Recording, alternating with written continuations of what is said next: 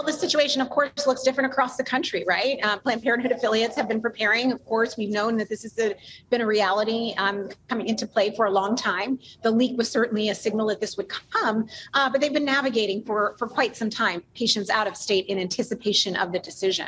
As a reminder, we are in, a situation in Oklahoma and Texas already that has so severely restricted access to care that we've already been supporting patients traveling to other states. And we know now that states like Missouri and South Dakota health centers have been forced to stop providing abortion care.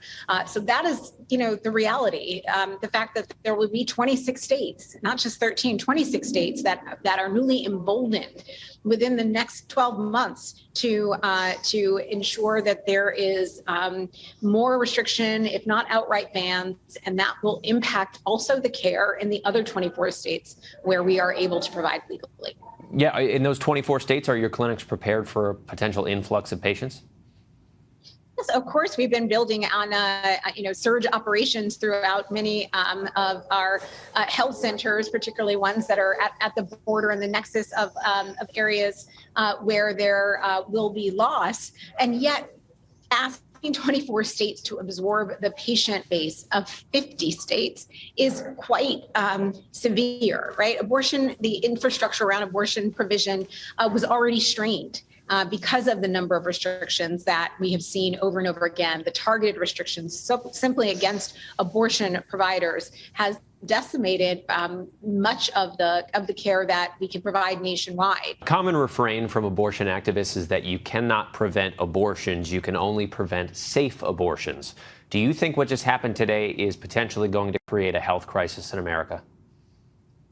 It is a health crisis. It is absolutely going to be even stronger. We saw on the cover of Lancet journal, medical provider journal, that they said people will die. Right? This is not a drill. The fact is that people will be impacted, particularly those who are most vulnerable, who don't get access to the right information, who don't get access to time-sensitive appointments.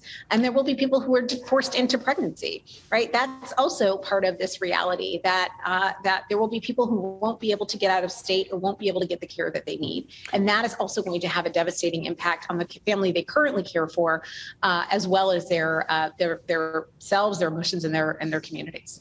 I want to play for you something, Alexis, from one of the 3 Supreme Court justices who voted against this ruling today, Justice Sonia Sotomayor. This is what she said last week about the direction of the court with this ruling looming. Look, there are days I get discouraged. There are moments where I am deeply, deeply disappointed. And yes, there have been moments where I've stopped and said, is this worth it anymore? And every time I do that, I lick my wounds for a while. Sometimes I cry. And then I say, okay, let's fight. So tonight, as so many women and so many people are feeling discouraged and defeated, Alexis, what are some concrete ways that they could take action? But my message, my energy is exactly like Justice Sotomayor, and I'm so grateful for her and the other 2 justices and their dissent, their powerful dissent, because what it says to me is, no, we will not go back.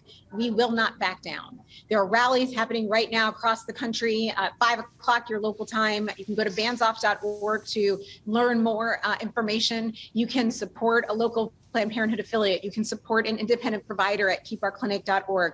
You can support an abortion fund to help people get access and resources to travel out of state. There are so many different ways to be engaged, to be involved, but now is the time for mobilization. Now is the time to dust ourselves off and make sure